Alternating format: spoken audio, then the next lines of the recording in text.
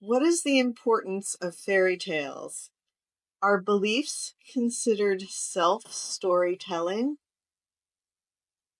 Yes, beliefs are the stories you tell yourself about yourself. Sometimes, therefore, different kinds of stories outside of your beliefs, fairy tales and other kinds of stories, can help perhaps illuminate what some of the stories are that you're telling yourself in your belief system by how you respond to the fairy tale. The fairy tale can be designed to put you in touch with the stories that you're telling yourself to examine whether or not they are the stories you would like to continue to tell yourself or whether you would wish to change the story. Okay, thank you. The next question is, you've spoken about how cats are shapeshifters, and I was wondering if small dogs also have this ability, or if dogs in general have a different gift or ability. Well, it's slightly different. Both animals will be able to perceive other kinds of energies that are invisible to most humans. Cats more the idea of peering into other dimensions, but dogs more sensing the energies of the people that they live with to reflect back to them and be of service to them by reflecting those energies so that they can see in the dog reflections of things that may be going on in their own consciousness that they may need to pay attention to or deal with or transform. Animals act in very reflective ways. Therefore, the dog is more oriented to the idea of those internal reflections in the human, and the cats are more oriented to the idea of other dimensions and levels of consciousness so that humans can perceive beyond the physical reality by identifying with the frequency of the cat's intelligence. This is why many people who were termed wizards and witches who had sensitivity to other realities often had cats around as what you call familiars, because it enhanced, in a sense, as a permission slip device, their ability to perceive into other dimensions more clearly in the manner that the cats were doing. It is very rare that you will see the idea of people that are referred to as witches and wizards having a dog around, although there are some exceptions in certain cultures.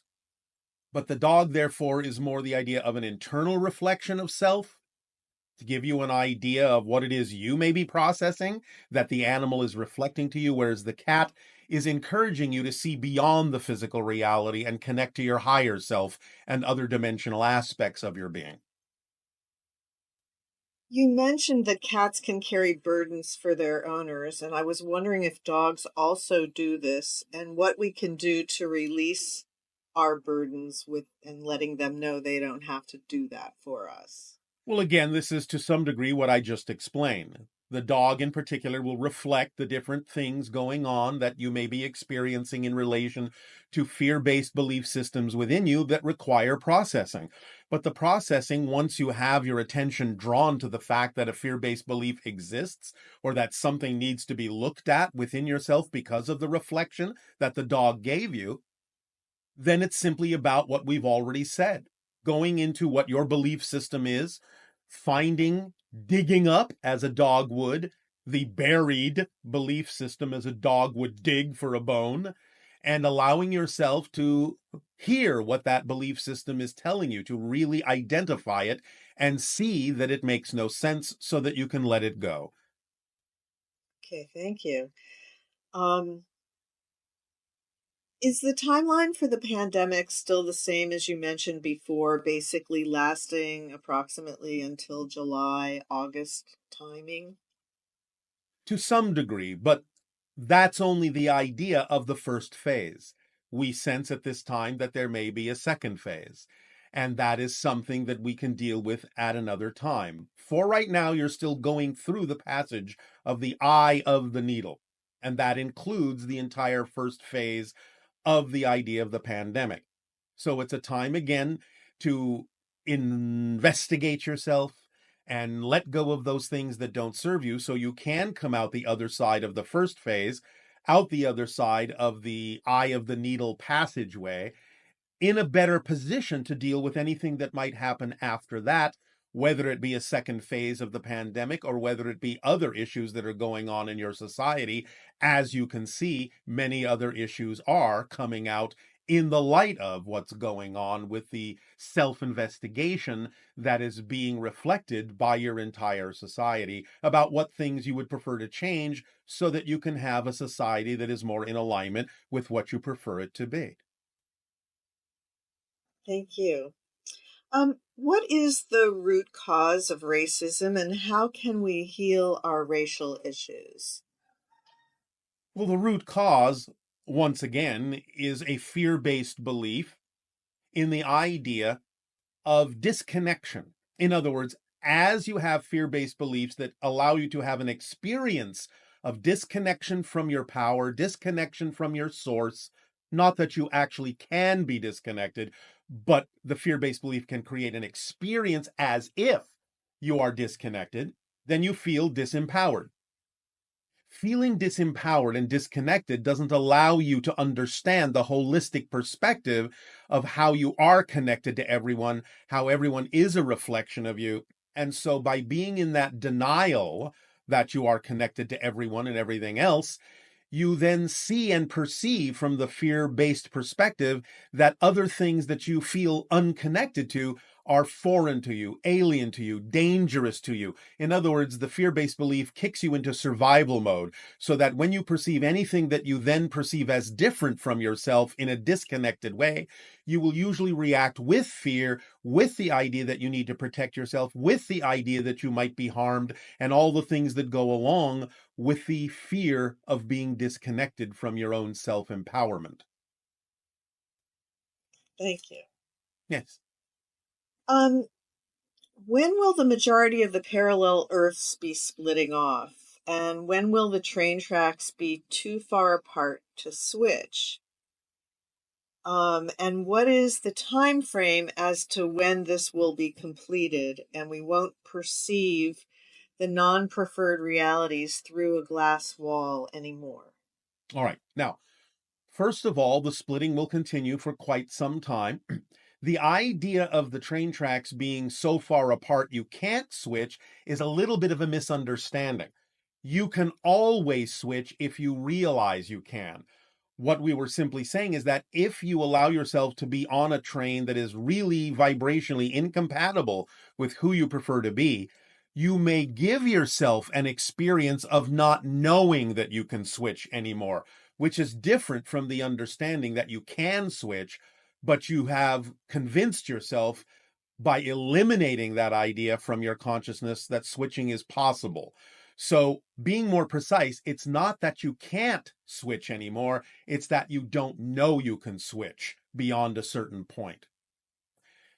Overall, as we sense the progress of the splitting prism now and the diversification of the tracks, you're looking generally, not that certain things can't be experienced a little bit sooner by certain individuals or groups, but since you've asked the question in an overall sense for your entire society, you're kind of looking at a period of time that lasts until about the idea of 2050.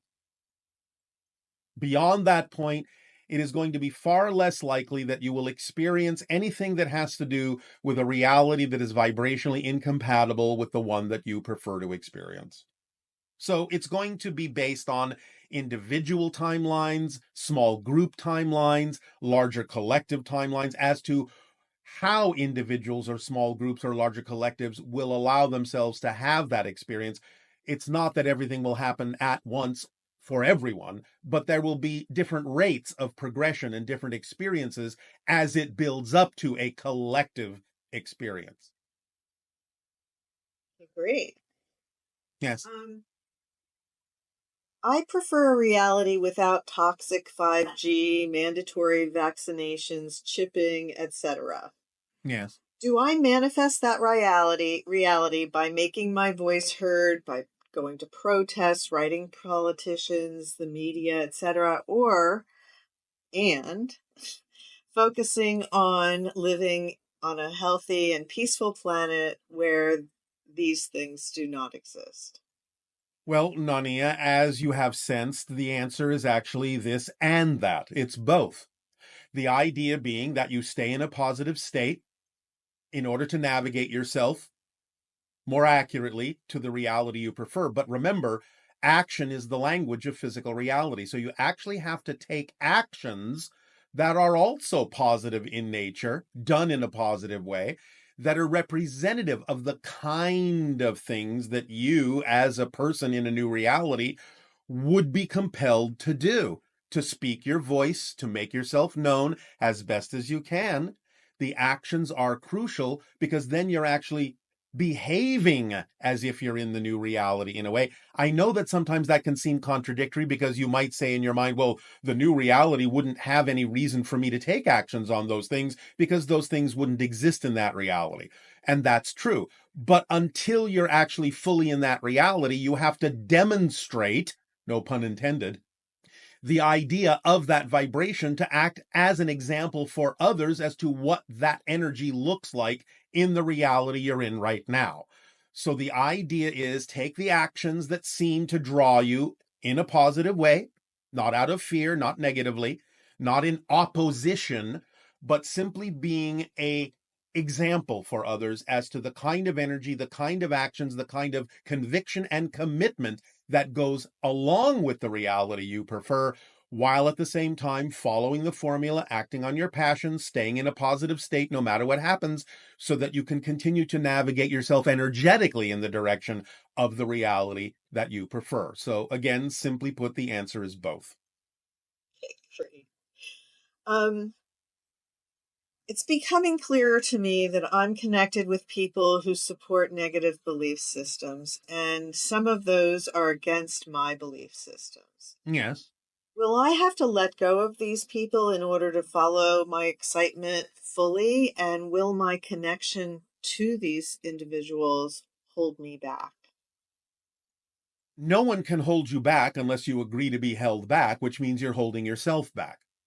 So, yes, it might be necessary for you to create what appear to be detachments from people who are not vibrationally compatible with you. It's not always necessary, but the point is if you're asking the question, it's probably what you would rather do. What you would prefer to do is simply not interact with people who don't vibrationally align and harmonize with what you prefer in your life. So, generally speaking, yes, because otherwise you're agreeing to remain in a vibration sometimes, not in all cases, but sometimes, where you then perpetuate the belief within yourself that they can affect you, when the truth is you're simply choosing to affect yourself by staying in those relationships.